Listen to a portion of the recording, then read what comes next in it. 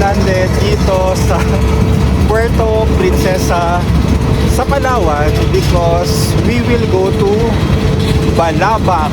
Dahil yung biyahe natin to Balabac ay bukas pa ng madaling araw, kaya titigil muna tayo dito sa Puerto Princesa at good timing tayo ay a-attend ng Baragatan Festival. So, sakay muna tayo going to Condo. Nagpabook kami ng pick up from the airport to Condo and malapit lang naman siya. But for convenience, let's wait for them. Pero medyo mahirap magpabook ngayon ng hotel kasi nga festival and ang nahanap natin ay yung Condo, kaya silipin nyo rin.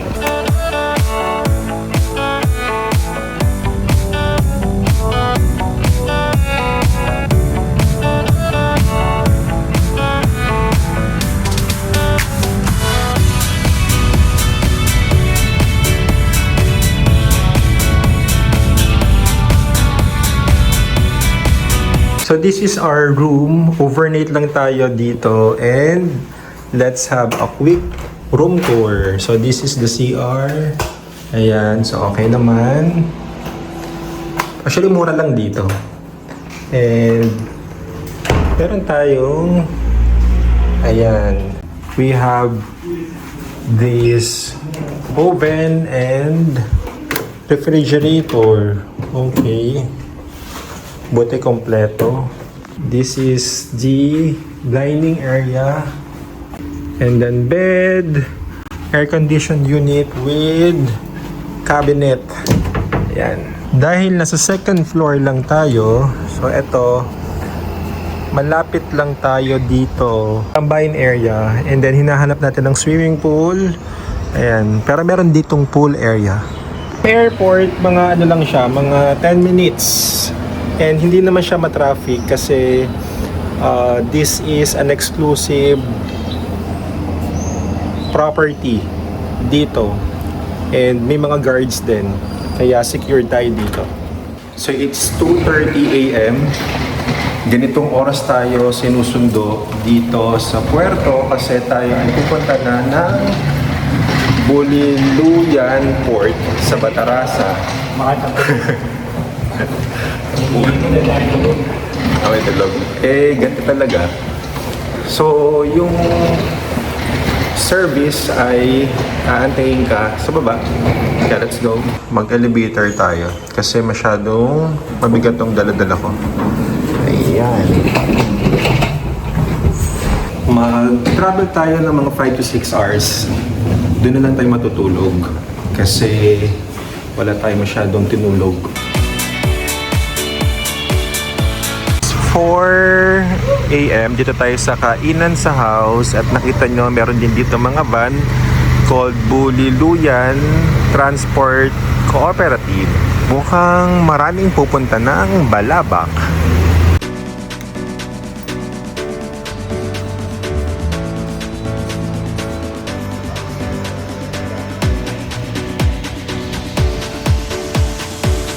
And we arrived dito sa Batarasa, Buliluyan Port going to Balabac, and it's 7:40 AM. Ganun katagal ang biyahe natin from 2:30 AM to 7:40 AM.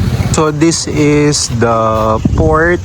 Ayan, makita nyo, nag-aantay lang tayo ng speedboat. That area is the port terminal. Diyan tayo sasakay pabalik sa Puerto Princesa. Itong sinakyan namin, ang sakay lang ay 4, pero talagang tumakbo siya ng ganun kahaba. Pero along the way, siya ay nagsasakay. Speedboat na sasakyan namin, nag-aantay lang din ng pasahero and then paalis na rin. But while waiting, mamimili muna tayo dito sa kanilang convenience store. Bili muna tayo ng pagkain dito para pagpunta natin sa Balabac, at least meron tayong food.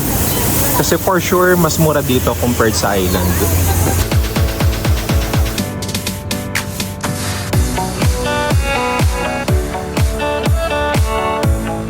Ito na yung speedboat na sasakyan natin. Let's go!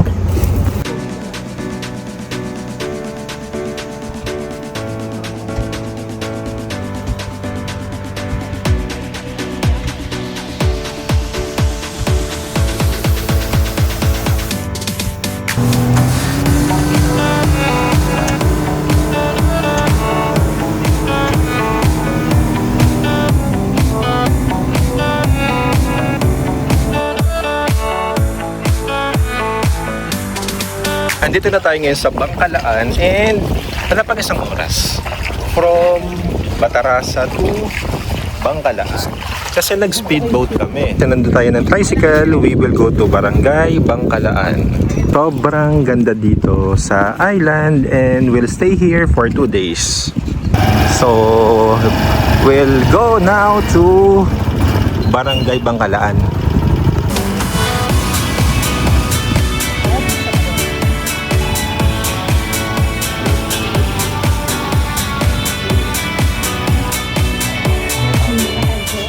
Matadong. Amin na to? Hindi po. Meron. The majority dito na nakatira ay mga Muslim. And along the seashore, ayan, meron kayong mga nakikitang batang nagsuswimming.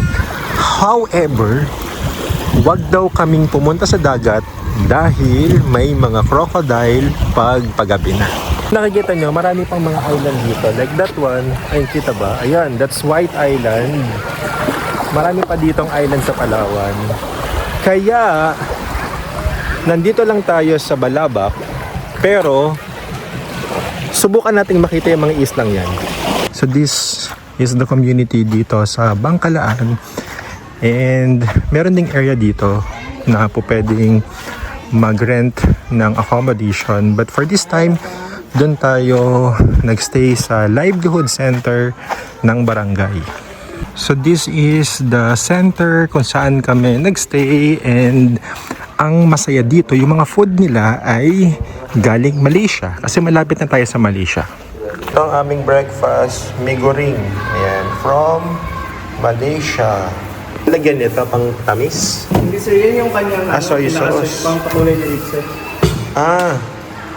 So, ito yung nagpa-color ganito. Okay. Galing siya ng Sabah, Malaysia. Ang aming bottled water ay galing Coffee sir. Malaysia. Ayan o, Malaysia. Mas mura sa Malaysia kaysa sa... Coffee sir. Ito naman, Indo Coffee. Coffee mix.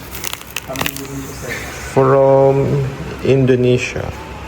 Ayan. Parang ano yun, no? Ito, product of Indonesia. Masarap siya, hindi siya matamis. Hanap tayo ng balon. Pero dito, isa to sa mga source ng water nila dito, ang balon. Ayan, wala masyadong water, kukunti lang. Wala lang din ditong signal, kaya ang maganda lang, meron dito mga piso wifi para makakonect tayo. Kasi struggling yung connectivity dito. And wala din ditong power. So buti itong tinutuluyan namin ay solar, kaya nakakapag-charge kami. Pero dito yung power ay nakaschedule lang talaga ng 4 PM to 12 midnight. So i-anticipate nyo na yung paggamit nito pag pumunta kayo dito sa Barangay Bangkalaan.